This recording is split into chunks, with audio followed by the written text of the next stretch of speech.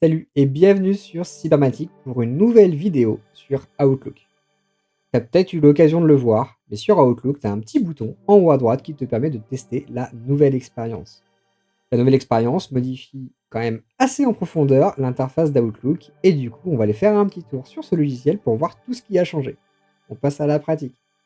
Me voilà sur le nouvel Outlook. Alors, pour activer cette nouvelle expérience, il faut, si tu es sur l'ancien, il faut que tu cliques sur le petit bouton qui se trouve tout en haut à droite. C'est pas forcément libéré par ton entreprise, alors si tu l'as, tu pourras l'essayer. Si tu n'as pas ce petit bouton, c'est que tu n'es pas capable de tester cette nouvelle interface.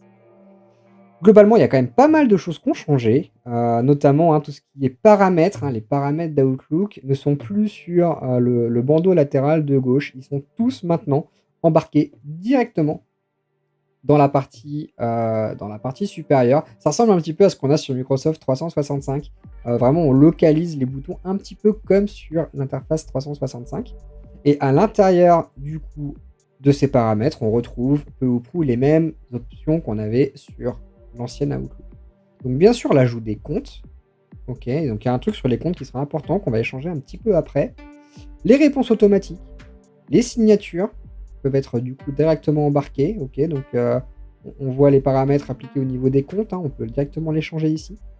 On peut mettre bien sûr des catégories, on peut voir les appareils mobiles qui sont connectés, on peut voir la capacité de stockage en direct de notre boîte de messagerie. Ça, c'est plutôt cool, c'est plutôt facile à utiliser, j'aime beaucoup cette interface pour le stockage là, qui nous permet d'aller vider les dossiers qu'on estime les plus pertinents. Donc là, voilà, typiquement les éléments supprimés, j'ai 942 messages.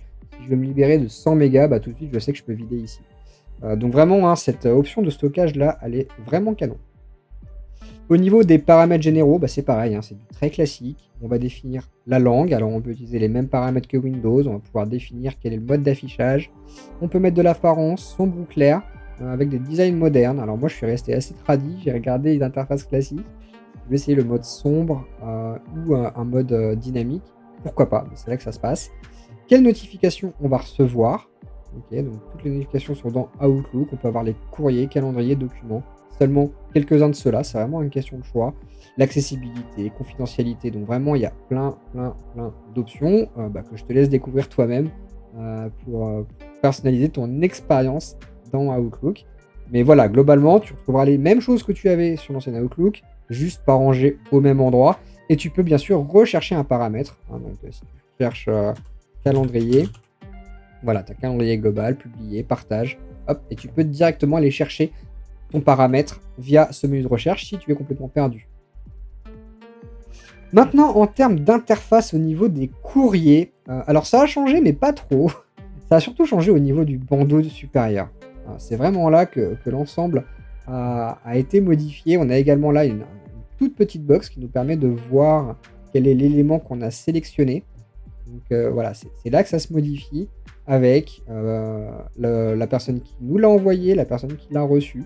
Et on a nos compléments qui sont toujours accessibles directement au niveau du message. Donc si je veux traduire ce message, ok, donc là il est traduit en anglais, je veux le traduire en français s'il vous plaît. Donc là on peut réutiliser nos compléments exactement comme on le faisait avant, donc c'est quand même plutôt sympa.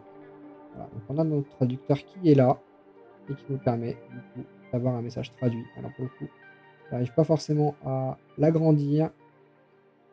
On pourra le copier-coller. Mais en plus, ça n'a pas l'air trop mal traduit. C'est vrai que c'est sympa. Par contre, voilà, il manque là juste au niveau interface le fait de pouvoir l'agrandir un petit peu. Par contre, je peux quand même, slider de ce côté-là. Donc, plutôt cool d'utiliser nos compléments, finalement, comme d'habitude. La partie répondre à tous, transférer, pareil, est directement inclus au niveau du message. Et on a bien sûr plus d'options comme répondre à tous. On peut mettre des actions, on peut bloquer, signaler, utiliser nos compléments. Donc tout ça exactement comme on le faisait avant au final. Quand on double-clique sur le message, on arrive sur cette interface donc, qui est plus dépouillée et qui nous permet, pareil avec le bandeau supérieur, de faire des actions. Donc d'ici, on peut aussi supprimer, archiver, signaler, répondre. Ça, on peut également le faire ici. On peut l'imprimer également. Donc on a plusieurs options pour atteindre nos objectifs avec nos messageries. Donc certaines qui sont embarquées dans le message, d'autres qui sont dans le bandeau supérieur. Tout ça contribue à faire une expérience un peu plus fluide. Quoi d'autre? Alors, les messages, on peut également les rendre lus, non lus, on peut les marquer, démarquer, on peut les épingler, ne pas les épingler, donc pour les garder en haut. Alors épingler, ça peut être une bonne alternative au fait de les mettre en drapeau. Ça permet vraiment de les avoir toujours en haut, donc dans nos boîtes, dans nos boîtes respectives. Donc les épingler, c'est une option que j'apprécie. Et bien sûr, on peut aller supprimer un message. Au niveau recherche des messages, là ça a bien évolué et plutôt dans le bon sens. Ça, j'en suis assez content. Si je tape Airtable dans la recherche, voilà, on a le team Airtable qui apparaît. Et si je vais dans ma barre de recherche sur l'élément de filtrage, j'ai une toute nouvelle interface qui s'ouvre, qui est beaucoup plus facile à utiliser que ce qu'on avait avant, où il fallait manipuler dans la fenêtre, aller à l'intérieur, chercher des paramètres. Donc là, typiquement, je peux dire je ne veux que les Airtable Team, donc c'est les mails envoyés de Airtable, et je ne veux que récupérer les pièces jointes de cet email. Bon, là, dans le cas échéant, il n'y en a pas. Si je le retire, je récupère les messages filtrés. Si à l'inverse, je veux les messages envoyés depuis le mois de septembre, début septembre, je mets juste une date de début. Voilà, rechercher. Et j'ai tous les messages envoyés après début septembre. Donc tout ça, pour le coup, c'est moins tricky, c'est mieux localisé. On a vraiment tout directement dans cette barre du haut et ça, j'aime bien. Ça, c'est quand même quelque chose que j'apprécie. Maintenant, on va aller faire un petit tour du côté du calendrier. Un calendrier qui a aussi pas mal évolué. Le calendrier a bien évolué lui aussi. Alors, je me suis mis très loin, hein, juste pour montrer les fonctionnalités. En termes d'affichage, on va avoir quelque chose de sympa. Alors, si je mets un calendrier perso, tac, voilà, le calendrier perso, ça s'affiche comme ça. Ok, donc, on a toutes nos réunions qui apparaissent avec la couleur qu'on définit en fonction du compte qu'on souhaite utiliser. Pour rajouter une réunion, là, par contre, il y a effectivement pas mal de changements. Alors, assez dépaysant au départ, mais on va globalement se rapprocher de l'expérience utilisateur qu'on a dans Teams. Donc, pour rajouter une réunion, plutôt que de faire plus en haut dans l'interface, on clique directement sur le créneau qu'on souhaite utiliser.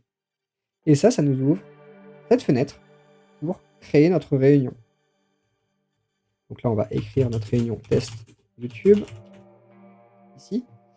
On peut bien sûr mettre les invités.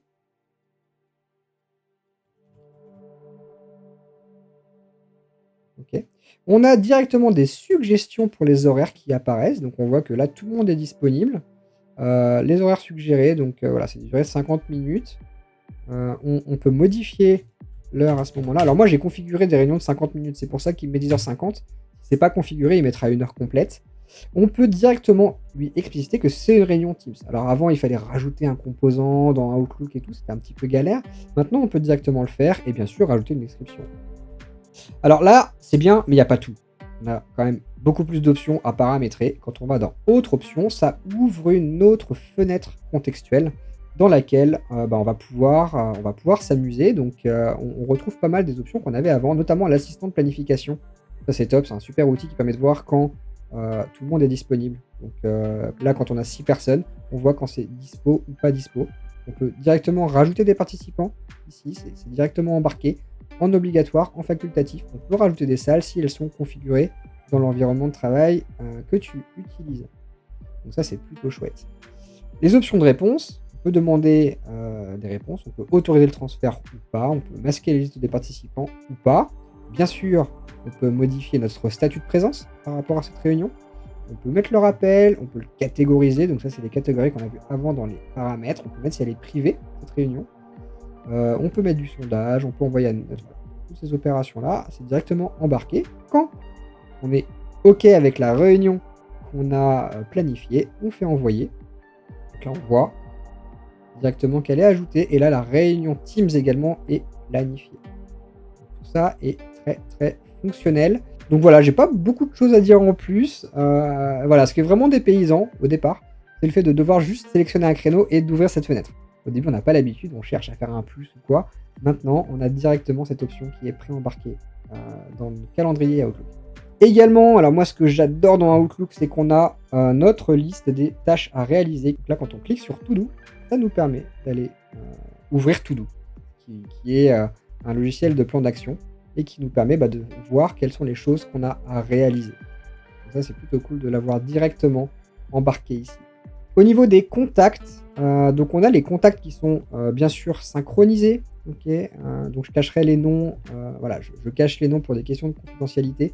Mais voilà, on a nos contacts, on a les listes de contacts ok, si on en avait.